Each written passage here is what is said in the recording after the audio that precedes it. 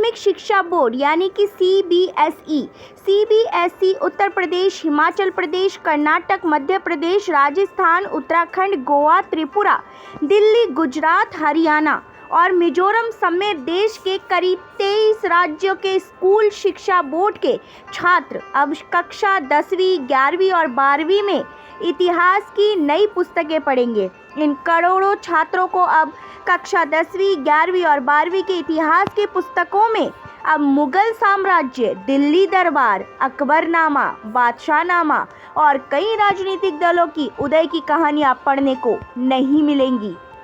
राष्ट्रीय शैक्षिक अनुसंधान और परीक्षण परिषद यानी कि एनसीईआरटी की ओर से कक्षा 10वीं, 11वीं और 12वीं के लिए इतिहास की पुस्तकों का पाठ्यक्रम संशोधित किया गया है। इनमें कई बड़े बदलाव किए गए हैं। एनसीईआरटी ने कक्षा 10वीं, 11वीं और 12वीं के इतिहास की पुस्तकों से राजाओं और उनके इतिहासों से संबंधित अध्यायों और विषयों को हटा दिया है।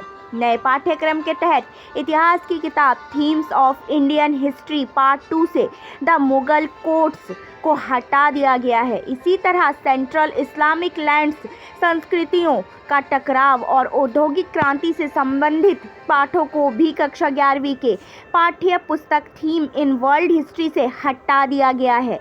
कक्षा 12वीं के इतिहास की किताबों से छात्रों को अकबरनामा और बादशाहनामा, मुगल शासकों और उनके साम्राज्य, पांडुलिपियों की रचना, रंग चित्रण, आदर्श राज्य, राजधानियाँ और दरबार, उपाधियाँ और उपहारों, शाही परिवार, शाही नौकरशाही, मुगल अभिजात वर्ग, साम्राज्य और सीमाओं के बारे में भी पढ़ने को नहीं मिलेगा। इसके अलावा विश्व राजनीति में अमेरिकी आधिपत्य और द कोल्ड वॉर एरा जैसे अध्यायों को भी कक्षा 12वीं की नागरिक शास्त्र की पाठ्य पुस्तक से पूरी तरह से हटा दिया गया है।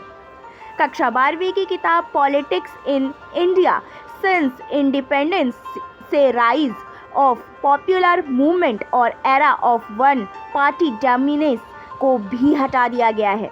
इनमें कांग्रेस, सोशलिस्ट पार्टी, भारतीय कम्युनिस्ट पार्टी, भारतीय जनसंघ और स्वतंत्र पार्टी के प्रभुत्व के बारे में बताया गया था, जबकि 10वीं कक्षा की किताब डेमोक्रेटिक पॉलिटिक्स 2 से लोकतंत्र और विविधता, लोकप्रिय संघर्ष और आंदोलन, लोकतंत्र की चुनौती जैसे पाठ को भी हटा दिया गया है। शिक्षा विभाग के अधिकारी का कहना है कि एनसीईआरटी की किताबों को नई राष्ट्रीय शिक्षा नीति एनईपी 2022 के प्रावधानों के अनुसार अपडेट किया जा रहा है।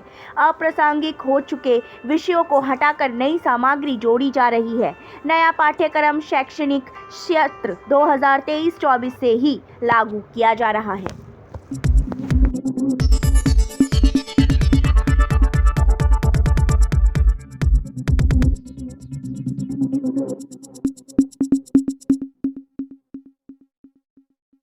आप देख रहे हैं नित्य समय।